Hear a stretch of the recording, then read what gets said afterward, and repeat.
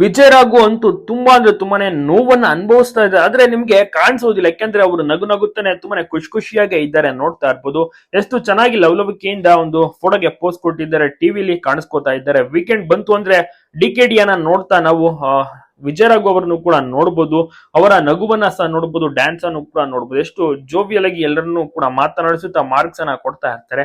ಆದ್ರೆ ಒಳಗಡೆ ತುಂಬಾನೇ ನೋವು, ಯಾಕೆಂದ್ರೆ 1 ವರ್ಷ ಹಾಗೆ ಹೋಯ್ತು. ಎಸ್ ಹೌದು, ಆಗಸ್ಟ್ ತಿಂಗಳು ಇದು ಮೊದಲ ವಾರ. ಇದು ವಿಜಯಲಕ್ಷ್ಮಿ ಅಂದ್ರೆ ಸಾರಿ ಸ್ಪಂದನ ಅವರ ಮೊದಲ ವರ್ಷದ ಪುಣ್ಯ ಸ್ಮರಣೆ.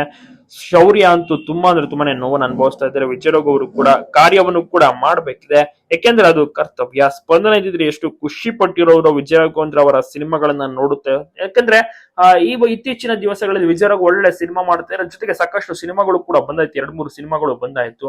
ಆದ್ರೆ ಅದನ್ನ ನೋಡಕ್ಕೆ ಸ್ಪಂದನ ಅವರೇ ಇಲ್ಲ. ಎಷ್ಟೊಂದು ಸಪೋರ್ಟ್ ಮಾಡ್ತಾ ಇದ್ರು ಸ್ಪಂದನ ಸಿನಿಮಾ ವಿಚಾರದಲ್ಲಿ. ಎಲ್ಲವನ್ನೂ ಕೂಡ ಸ್ಪಂದನ ಅವರನ್ನೇ ಬಹಳಷ್ಟು ರೀತಿಯಲ್ಲಿ ಡಿಪೆಂಡೆಂಟ್ ಆಗಿದ್ರು. ಆದ್ರೆ ಸ್ಪಂದನ ಅವರು ಇಲ್ಲದೆ ತುಂಬಾನೇ ನೋವನ್ನು ಅನುಭವಿಸ್ತಾ ಇದ್ದಾರೆ, ನೋವು ತಿಂತಿದ್ದಾರೆ ಅಂತ ಹೇಳ್ಬೋದು. ಡಿಕೆಡಿಯಲ್ಲಿ ಚೆನ್ನಾಗಿ ಕಾಣಿಸ್ಕೊತಾ ಇದ್ದಾರೆ, ಸಖತ್ತಾಗಿರುವಂತಹ ಕಾಸ್ಟ್ಯೂಮ್ ನಲ್ಲಿ ಮಿಂಚ್ತಾ ಇದ್ದಾರೆ.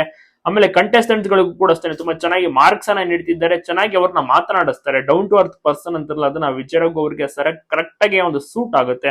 ಅಷ್ಟು ವ್ಯಕ್ತಿತ್ವ ಉಳ್ಳಂತವ್ರು, ಒಳ್ಳೆಯವರು ವಿಜಯ್ ರಾಘು ಅವರು.